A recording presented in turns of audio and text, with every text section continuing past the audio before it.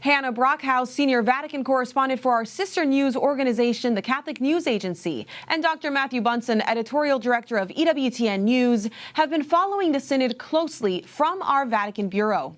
Thank you both for joining us. We're on week 3 of this Synod.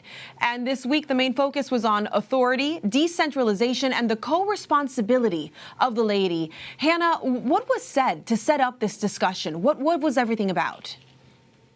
Well, for one, Cardinal John-Claude Hollerich gave an introductory speech to this topic to all the Synod delegates. And something he touched on was the fact that the media, the big media, is focusing on just a few issues, whereas they're called to look at the bigger picture and not these specific changes. So he, as well as Father Timothy Radcliffe, a Dominican priest, and then Father Dario Vitali, a priest, an Italian theologian, all three of them set up this issue. Vitali spent a lot of time focusing on hierarchy and the church's theology around that and how we need new institutions, new structures according to synodality.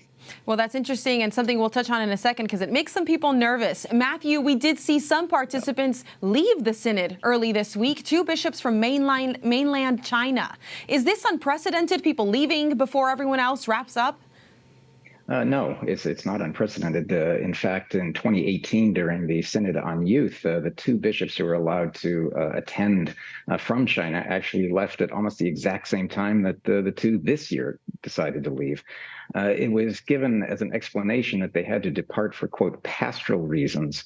But the similarity between this and 2018 is striking in the sense that it prevents both of those bishops to their participation in the final discussions in this final coming week. There is still representation from the People's Republic of China, however, as we have Cardinal Chao from Hong Kong, and there is also a bishop from Taiwan. So they're not left without anyone representing their people. Hannah, let's talk about these hot button issues of the Synod, which includes the role of women in the church. What can you tell us about how those discussions are going and the interventions of the women delegates? Well, it does seem to be that there is a bit of tension, that there is some disagreement among Synod delegates about this issue. So especially the issue of ordination of women, whether that's ordination to the diaconate or ordination to the priesthood. So we heard from one delegate who said that, as a woman, as a theologian, and as a mother, someone who works inside the church, she doesn't worry about not being ordained. Whereas, we've heard that there have been other interventions where people have called for, other speeches where people have perhaps called for the church to reassess that situation, to look again at the ministry of diaconate for women.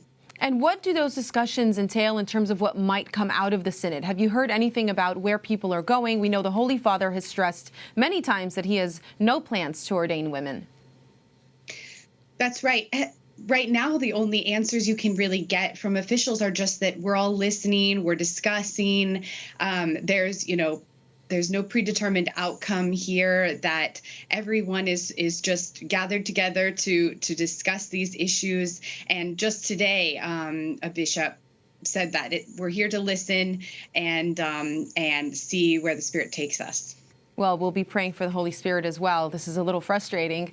Matthew, many of the faithful, going back to what Hannah said, are worried about the impact of the Synod from a structural perspective. Cardinal Czerny and Bishop Flores, who's particularly important as the man in charge for the USCCB, preparing everyone who came to the Synod from the USCCB, they both addressed this in the Synod press conference, saying it poses no danger to the future of the church. Synodality poses no danger. What can you tell us about that?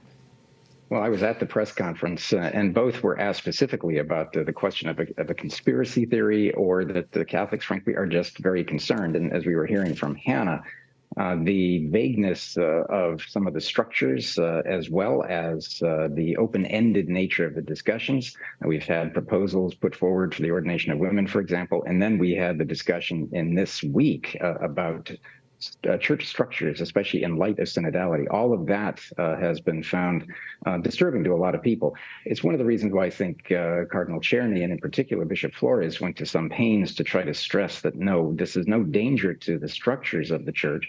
As Bishop Flores said, all he has seen in these discussions are faithful Catholics, as he put it, sub tutela Petri, under the education or the guidance of the Holy Father. And I think that reassurance is something we're going to continue to see over the next days. Well, that's something we're going to be watching, and something that Cardinal Mueller has commented on a lot, so we'll be watching for his comments. Hannah, you profiled the day in the life of a Synod delegate, a U.S. Synod delegate. How has that changed, and how has this structure evolved over the last couple of weeks for them? Well, of course, more or less every day is very, very full for them. They follow more or less the same schedule when it comes to prayer, meeting in the morning, breaking for lunch, and then meeting again until around 7:15 in the evening. But this coming week, actually, there will be some more days off as they kind of wrap up discussions and prepare this synthesis document that will be presented at the very end. Well, we'll be watching very carefully for that document and looking for your analysis. Thank you both so much. EWTN News will be providing special live coverage of the Synod on Synodality all next week, every day at 5 p.m. Eastern. Be sure to tune in for exclusive interviews with church leaders, Synod participants, and analysis from our expert panelists.